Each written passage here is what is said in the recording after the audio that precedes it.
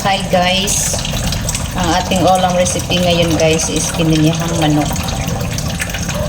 Ubos ng aking olive oil. Transfer talaga sa aking sa aking lalagyan.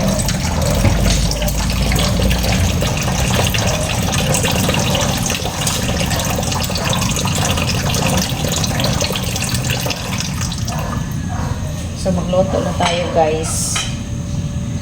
Ating recipe ngayon ay pininiyahang manok.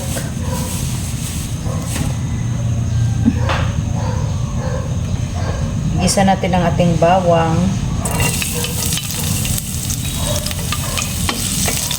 Uy, naramihan ko ng mantika.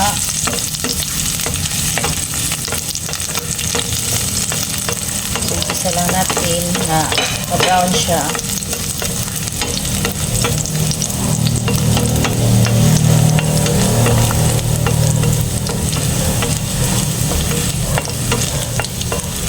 Then, ang ating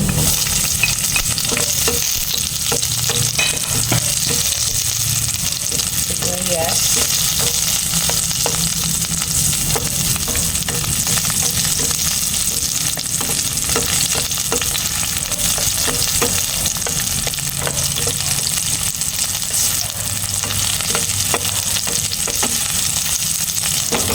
Wala na tayong asal. Then, ilagay natin ang ating chicken.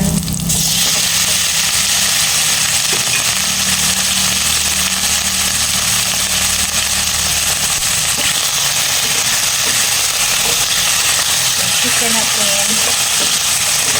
Guys, plastic. So, isa-gisa lang natin ang ating chicken, guys.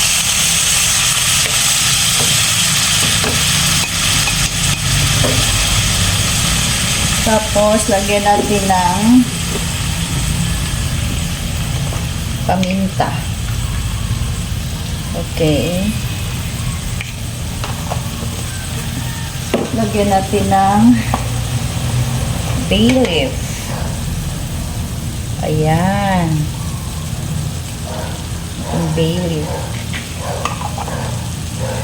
And then, maglagay tayo ng konting chili powder. Wala na tayong chili powder. Kunting chili powder. Yan. O, lagyan natin ng kunting paprika. Kunti lang. Then, maglagay tayo ng asin. Isang ating asin.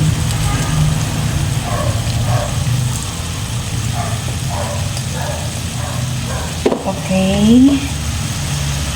Then, igisa-gisa lang natin guys. Wala tayong patatas kasi naubusan ako. Hindi pa ako naka-mercado. Hindi pa ako nakapunta ng market guys. Igisa-gisa lang muna tayo ngayon, no?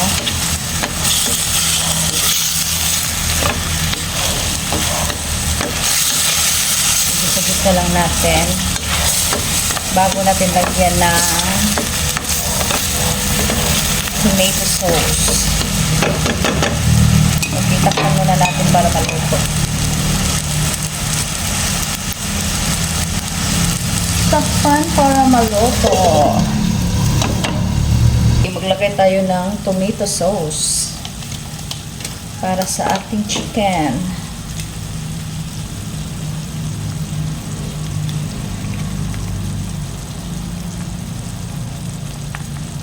Ayan.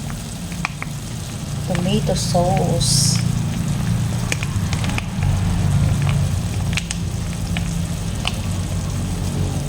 So, ayan guys. And then, i-mix natin. So, mamaya na tayo maglagay ng taod. Wala akong gulay kaya naubusan ako ng carrots at wala din akong patatas. So, ito lang talaga ang aking recipe ngayon. Walang gulay-gulay. And then, maglagay tayo ng water. Yan. So, that's it. So, maya-maya, maglagay tayo ng pinya. Ating pineapple tidbits. Okay.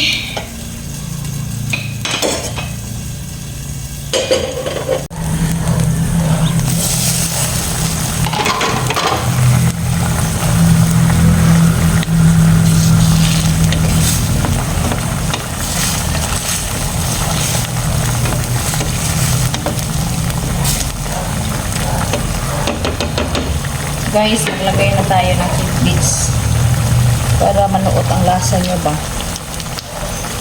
Kasi ito lang talagang aking wala na talagang gulay. So, tidbits lang talaga ang ating ilagay. Okay. Wala tayong carrots, wala tayong patatas. So, ito lang. Ito lang, solved na.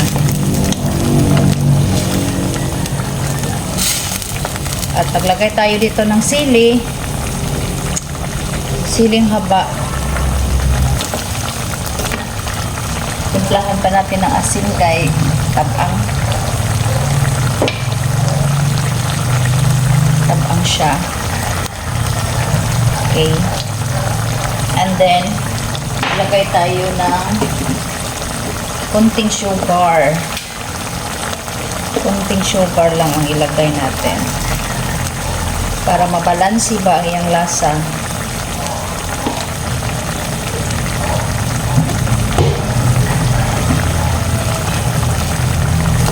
Kasi ang aking mga anak guys, tulog pa guys. Hayaan ko lang muna matulog kay tomorrow klase na. So, maaga naman silang gumising. 5 o'clock mata na sila kay klase na. Back to normal.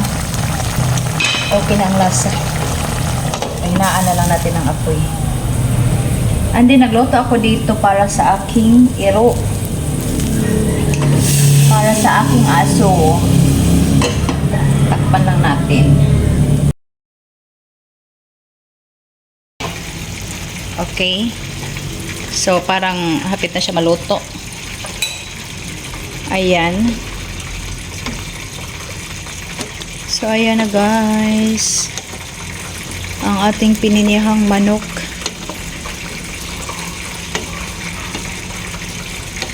So, luto na siya actually, pero palutuan pa na itong maayo. Ayan.